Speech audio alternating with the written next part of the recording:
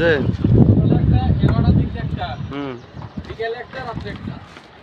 না 3টা শাড়ি বেশিরভাগ 3টা শাড়ি কি ভাই আমাকে দেখতে আসছেন? ও মাই গড এই ভাই আমাদেরকে দেখতে আসছে। কি কাজ করেন আপনি? রাজমিস্ত্রি।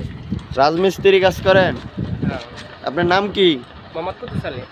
কুদ্দুস আলী, মোহাম্মদ কুদ্দুস আলী। আপনি জানেন আল্লাহ পাকের 99টা নামের ভিতরে আপনার নামটা?